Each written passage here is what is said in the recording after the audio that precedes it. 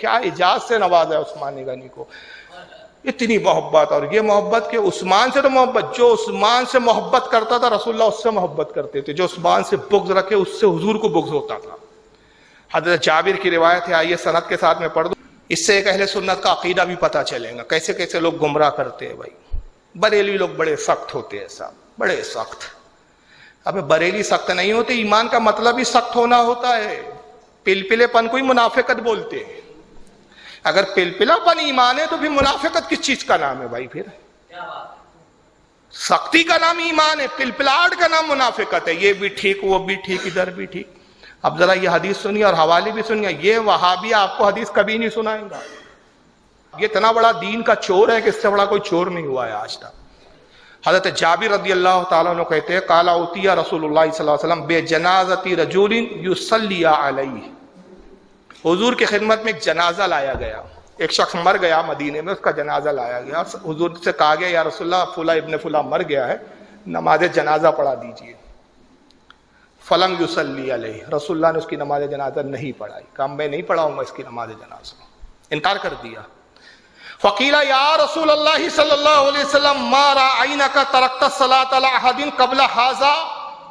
صحابہ نے عرض کیا اللہ کے نبی اس سے پہلے تو کبھی ایسا ہوا ہی نہیں، آج تک ہم نے نہیں دیکھا کہ کسی کا جنازہ لایا گیا اور آپ سے کہا گیا ہو کہ نماز جنازہ پڑھا دے، حضور آپ نے انکار کیا ہو.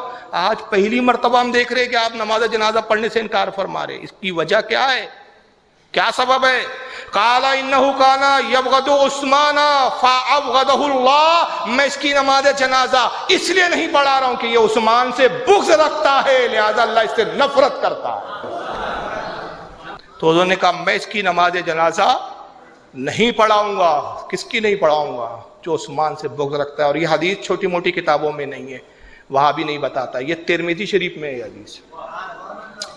امام ترمذی اپنی کتاب المناقب، سنن الترمذی کتاب المناقب باب مناقب عثمان، حدیث نمبر 3709 پہ لایا. امام احمد ابن حنبل نے اس کو لکھا ہے فضائل الصحابہ حدیث نمبر 859. امام ابن ابی حاتم العلل اپنی کتاب میں لاتے حدیث نمبر 1087. امام ابن عدی اپنی کتاب الکامل فی ضعفاء الرجال، رجال نمبر 1634 جلد 7 صفحہ 302 پہ لاتے ہیں. امام ابن ابی عاصم اپنی کتاب السنہ میں اس حدیث کو لکھ رہے ہیں حدیث نمبر 1312.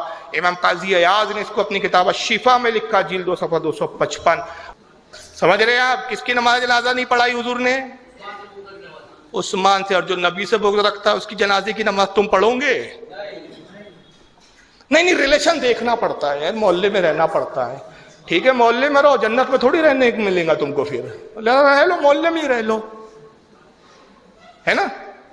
حضور نے کیا کہا؟ کون نماز جنازہ نہیں پڑھا رہا ہے؟ بھائی سنو ذرا غور کرو یار، تصور کرو آپ کی مسجد کا امام نہیں ہے. اگر مسجد کے امام کو بولا جاتا ہے امام صاحب نماز پڑھا دو، اور امام صاحب بولے وہاں بڑا میں نہیں پڑھاؤں گا، تو کمیٹی کے دنیا دار جاہل ایسے اس امام کے دشمن بن جاتے ہیں. ارے بہت غلط امام ہے، اس کو نکالنا پڑتا اپنے کو. بھائی یہ امام نہیں چلتا اپنے کو تو بھائی چارگی لے کے چلنا پڑتا. بھیا ہندوستان میں رہ رہے بی جے پی کی حکومت ہے. ابھی تو بی جے پی سے کیا اسلام بدل جائے گا کیا؟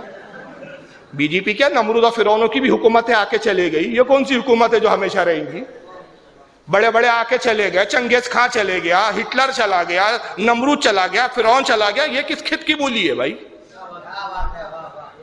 سمجھ رہے نا؟ یہ کون سے کھیت کی مولی ہے؟ آب حیات تھوڑی پی کے آیا ہے یہ.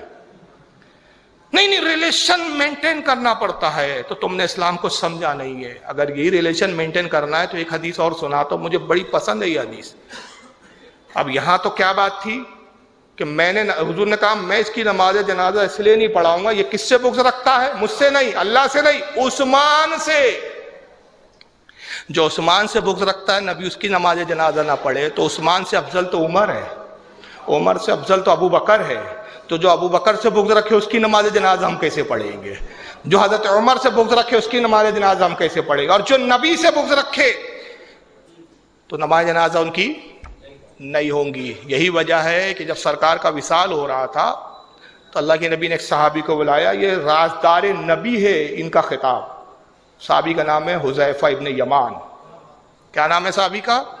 حذیفہ ابن یمان. ان کو کہا جاتا ہے رازدار نبی. حضور بڑے راز کی باتیں ان کو بتاتے تھے، اور وہ راز رکھنے میں اتنے مضبوط تھے کہ کبھی حضور کا راز فاش کیا ہی نہیں انہوں نے. باتوں کو پہچانے میں بڑے مضبوط تھے وہ. حذیفہ ابن یمان کو بلایا، حضور کا وصال کا وقت، آخری وقت کا، سب میرے حجرے سے نکل جاؤ، حذیفہ ابن یمان کو بلاؤ۔ حذیفہ ابن یمان داخل ہوئے، حضور نے بڑی سرگوشی کی، بہت دیر تک حذیفہ سے گفتگو کرتے رہے۔ صحابہ باہر کھڑے ہوئے، بھائی کیا بات چل رہی ہے، صرف حذیفہ ہے اور رسول ہے، تیسرا کوئی نہیں ہے۔ جب حذیفہ جیسی باہر آئے تو حضرت عمر نے سب سے پہلے پکڑا ان کو، اور پکڑ کے کہا حذیفہ کیا بات ہوئی رسول اللہ سے؟ حذیفہ کہتے ہیں عمر اگر میں نے راز ظاہر کر دیا تو رازدار رسول کا رہا، پھر میں رازدار رسول ہوئی اس لیے کہ راز ظاہر نہیں کرتا۔ اچھا ٹھیک ہے آپ راز نہ بتائیں، مت بتائیے کہ حضور نے کیا کہا، اچھا اتنا بتا دیجئے کہ گفتگو کا مضمون کیا تھا، ٹاپک کیا تھا، ٹاپک بتا دیجئے۔ اچھا عمر آپ اصرار کرتے تو صرف اتنا بتا دیتا ہوں کہ ٹاپک منافقوں کا تھا، اور حضور کا وصال قریب ہے، حضور نے مجھ سے کہا کہ میں جانے والا ہوں، تو حضور نے مدینے کے جتنے منافق ہیں سب کے نام بتا دیے مجھے، کون کون منافق ہے، یہ فلاں ابن فلاں فلاں فلاں فلاں۔ باخدا اب میں مدینے کے ایک ایک منافقوں کو اچھے سے پہچانتا ہوں، قبیلوں کے ساتھ، باپ کے ساتھ، نام کے ساتھ، سب پہچانتا ہوں۔ عمر نے کہا اچھا نام نہیں بتاؤں گے، ٹھیک ہے رکھو راز رکھو، تم رسول کا راز رکھو، ہم بھی پتہ نہ کر لے تو ہمارا نام بھی عمر نہیں۔ پھر کیسے پتہ کیا عمر نے؟ دور خلافت 2.5 سال کے بعد عمر کا آیا، اب مرتا ہے مدینے میں کوئی، جنازہ آیا، مسجد نبوی کے سامنے جنازہ رکھا گیا اور کہا جاتا ہے امیر المومنین تشریف لائیے، نماز جنازہ پڑھائیے۔ عمر کہتے حذیفہ جنازے میں ہے یا نہیں؟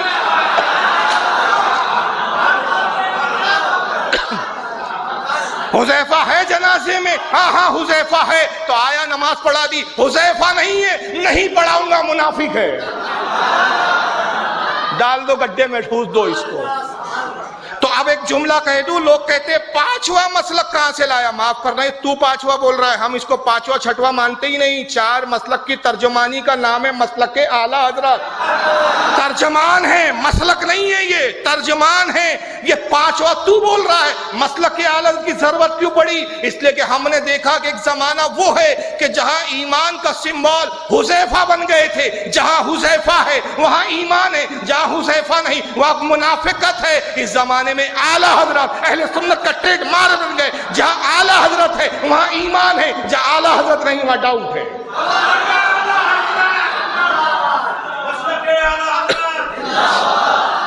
ہر دور میں کوئی نہ کوئی ٹریڈ مارک رہا ہے، کبھی حضرت مولا علی رہے، کل علی کا ذکر آئے گا تو آئے گا کہ حضرت جابر کہتے ہیں کہ ہم منافقوں کے علی کے ذریعے پہچانتے تھے۔